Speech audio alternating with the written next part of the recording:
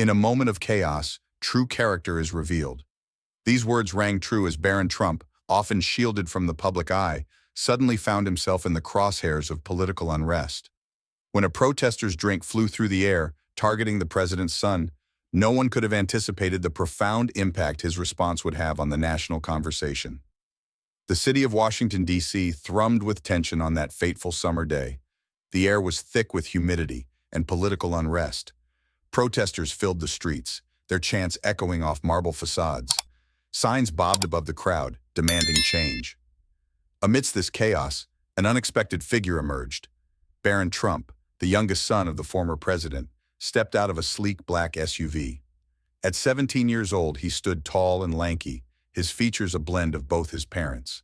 Unlike his siblings who often courted the spotlight, Barron had always been more elusive. As he moved towards the Lincoln Memorial where his father was scheduled to speak, the crowd's energy shifted. Eyes locked onto the young Trump, and whispers rippled through the throng. Some protesters lowered their signs, stunned by his appearance. Others raised their voices louder, seeing him as a symbol of the administration they opposed. Security tightened around Barron, their faces etched with concern. Barron's expression remained impassive, a stark contrast to the turmoil surrounding him. His eyes, however, darted from person to person, taking in the scene with surprising maturity. For a moment, Barron's mind flashed back to his sheltered upbringing in the White House. He remembered the quiet corridors and constant protection that had shielded him from the outside world. Now, thrust into this sea of discord, the contrast was jarring. The acrid scent of sweat and anger hung in the air. Nearby, protesters clashed, their arguments growing heated. Barron's presence seemed to amplify the emotions around him. Some called out his name with anger or curiosity. Others pushed closer, cameras raised high. As they neared the memorial steps, the crowd's agitation reached a fever pitch. Suddenly, a young protester broke through, clutching a large cup of soda. Her eyes locked onto Barron, and time seemed to slow. The security team moved to intercept, but they were too late. The protester's arm swung back, and the cup sailed through the air. Liquid arced in a glistening spray, heading straight for Barron Trump. The crowd gasped collectively, all eyes fixed on the unfolding drama. In that split second, Barron's world narrowed to this single moment. His sheltered upbringing, his father's controversial presidency, the years of staying out of the public eye, none of it had prepared him for this. Time seemed to stretch as the soda cup arced through the air. Droplets caught the light, a shimmering trail suspended in mid-flight. Barron Trump stood motionless, his tall frame a stark contrast to the chaos around him. In that frozen moment, a storm of emotions churned within him: shock, fear, and a strange sense of calm. The air crackled with tension, as fragile as spun glass. The crowd's collective gasp rippled outward, a wave of disbelief washing over the sea of faces. Some reached out instinctively, while others watched with a mix of horror and fascination. Security personnel lunged forward, their movements seemingly slowed by the weight of the moment. The liquid splashed across Barron's face and chest, soaking his crisp white shirt. For a heartbeat, silence fell over the crowd. All eyes fixed on the young man, waiting to see how he would respond to this assault on his dignity. Barron's eyes closed briefly, his long lashes resting against his cheeks. When they opened, an unexpected calm radiated from their depths. His voice, when it came, was steady and clear. "I understand your frustration," he said, addressing not just his attacker but the entire crowd. "But this isn't the way to create change." The simplicity and unexpected maturity of his response sent a ripple of surprise through the gathering. Protesters who had been shouting moments before fell silent, their signs lowering as they struggled to reconcile this composed young man with their preconceptions. Barron reached for a handkerchief, dabbing at his face with quiet dignity. "We're all Americans," he continued, his voice gaining strength. "We can disagree without resorting to violence or personal attacks." As he spoke, the tension in the air began to dissipate. Faces that had been contorted with anger softened. Even the most vocal critics found themselves listening, drawn in by the unexpected wisdom coming from this teenager. Security moved to escort Barron away, but he held up a hand. "I'm here to listen," he said, his gaze sweeping across the crowd. "Tell me your concerns. Help me understand. Only by talking to each other can we hope to bridge the divides that are tearing our country apart." In that moment, Barron Trump transformed from a silent figure in the background to a symbol of hope and reconciliation. His composure in the face of adversity, his willingness to engage with those who opposed his family, sparked a national conversation about civility and understanding in an increasingly polarized world. As news of the incident spread, social media exploded with reactions. Hashtags like #BarronForPresident and #BeBetterLikeBarron began trending. Political commentators from both sides of the aisle found themselves in the unusual position of agreeing on something. Barron Trump had shown a level of grace and maturity that was sorely needed in the current political climate. The air crackled with tension as the crowd fell silent, all eyes fixed on Barron Trump, his shirt dripping with soda. For years, he had been a silent figure in his father's presidency. Now, thrust into the spotlight, Barron found himself at a crossroads. Like a calm eye in the center of a political hurricane, Barron raised his hand in a gesture of peace. The crowd's breath hitched, protesters and supporters alike watching with uncertainty. Barron's voice, rarely heard in public, carried across the onlookers. "I hear you," he said steadily. "I understand your anger, your frustration, but this isn't the way to create change." His composure contradicted the chaos, drawing in even the most vocal critics. "We're all Americans," Barron continued. "We can disagree without resorting to violence. I'm here to listen. Tell me your concerns." As he spoke, the hostility began to dissipate. A woman called out, "Why should we believe you? You're just like your father." Barron didn't flinch. "I'm my own person," he replied. "I've spent years watching, listening, learning. We're all more alike than we are different." His words rippled through the gathering. People who had come ready for conflict found themselves engaged in civil discussions. The angry chants were replaced by the murmur of genuine conversation. A young man asked, "What do you say to those who think this is just a PR stunt?" Barron's response was immediate. "I say, look at my actions, not just my words. Judge me by what I do from this moment forward." As the dialogue continued, something unprecedented unfolded. The lines between protester and supporter blurred. Reporters scrambled to capture every word, every gesture. This wasn't scripted political theater. This was raw, authentic, and potentially transformative. Political analysts began to reassess their understanding of the youngest Trump. Was this a carefully orchestrated PR move, or had they underestimated Barron's personal convictions? The incident, which had begun as a potential disaster, was evolving into something unexpected. Barron Trump, long seen as a silent enigma, was emerging as a voice of reason and reconciliation in a deeply divided nation. As the crowd's hostility melted into curiosity, the Secret Service agents exchanged uneasy glances, their hands hovering near their weapons. In the center stood Barron Trump, his tall frame straightening as he faced the sea of faces. A young woman with vibrant blue hair pushed forward. "Why should we trust you?" she called out, her voice trembling. "You've been silent while your father divided us." Barron met her gaze, his voice steady. "You're right. I have been silent. But I've been listening and learning. I'm here now, ready to engage and understand." As the conversation unfolded, the security team watched in amazement as Barron transformed into a poised young man capable of diffusing tension. "I may have grown up in a tower," Barron admitted, "but that doesn't mean I haven't seen the struggles of everyday Americans. I've watched, I've listened, and I've learned." A middle-aged man in a faded baseball cap approached. "What about jobs? My town's still struggling." Barron nodded, acknowledging the pain. "Economic recovery isn't simple, but I believe if we focus on education, retraining programs, and investing in new industries, we can create opportunities. Tell me more about your town's specific challenges." As the man shared his story, others joined in, adding their experiences. The angry chants from earlier gave way to respectful debate. Barron listened intently, offering thoughtful responses that revealed a depth of knowledge beyond his years. Journalists who had come expecting conflict found themselves witnessing something entirely different. Cameras rolled as Barron engaged with people from all walks of life, his words carrying a weight that belied his age. As the sun began to set, a sense of reluctance settled over the gathering. No one seemed eager to end this unexpected moment of connection. Barron raised his voice once more. "This conversation doesn't have to end here. Let's continue to engage, to listen, and to work together for the future of our country, because we're all Americans and we're stronger when we stand united." A thoughtful applause rippled through the crowd. As people began to disperse, there was a palpable sense that something had shifted. This wasn't just about Barron Trump anymore. It was about the possibility of bridging divides, of finding common ground in the most unlikely of places. The security team, still watchful, couldn't help but wonder, could this unexpected moment be the spark of something larger?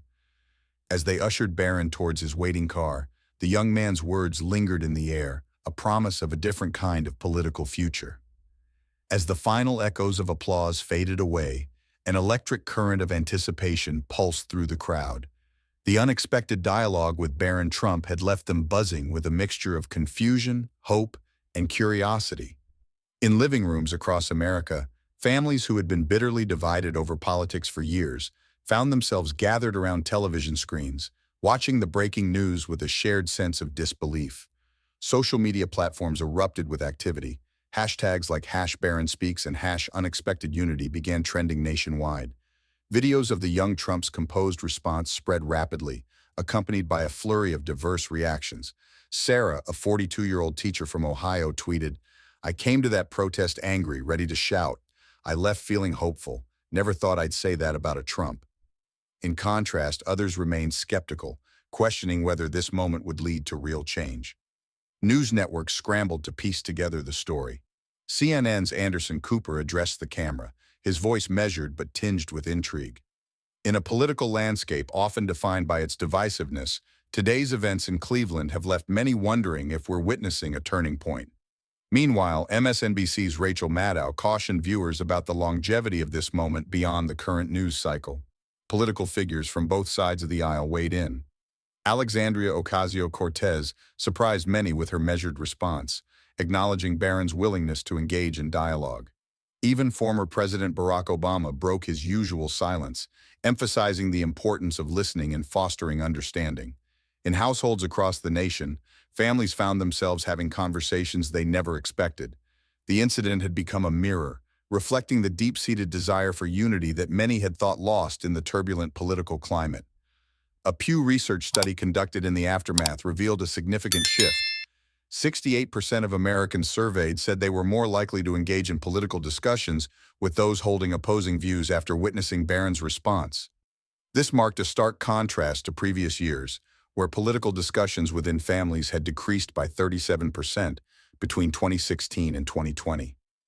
As night fell, the nation seemed to hold its collective breath, wondering what the coming days would bring. Had they witnessed a fleeting moment of unity or the spark of something more profound? In coffee shops, on college campuses, and around dinner tables, Americans found themselves engaged in unexpected dialogues, grappling with the possibility of bridging long-standing political divides. As dawn broke over a restless America, the nation awoke to a transformed political landscape. The events of the previous day had sent shockwaves through the country, leaving citizens and pundits alike scrambling to make sense of what they had witnessed. Barron Trump, long a silent figure in the background of his father's tumultuous presidency, had suddenly become the focal point of a national conversation about civility and unity. The media frenzy was intense, with news outlets dissecting every aspect of the incident. But beyond the TV screens and social media debates, something more profound was taking shape. Like a country waking from a long, divisive nightmare, Americans found themselves engaging in conversations they had long avoided. The Pew Research Center released a startling statistic. 68% of Americans surveyed said they were more likely to engage in political discussions with those holding opposing views after witnessing Barron's response. This marked a significant shift from previous years, where political discussions within families had decreased dramatically. In coffee shops and on college campuses, strangers found themselves in thoughtful dialogues. A barista in Seattle reported overhearing a group of customers, a mix of liberals and conservatives, discussing the incident with surprising civility. "It was like watching a unicorn appear," she said, shaking her head in disbelief. "They actually listened to each other. No shouting, no name-calling, just talking." As families gathered for dinner that evening, many found themselves navigating unfamiliar territory. Parents who had long ago banned political discussions at the table now found their children eager to share their thoughts on Barron's actions. In a suburban home in Ohio, 15-year-old Emily surprised her parents by asking, "Do you think what Barron did could actually change things? Like, could it make people be nicer to each other online?" Her father, a staunch Republican, exchanged a glance with her mother, a lifelong Democrat. For the first time in years, they found themselves united in uncertainty and hope. As night fell once again, the nation seemed poised on the edge of something new. The cynics warned that this moment of unity would be fleeting, that the deep-seated divisions would soon reassert themselves.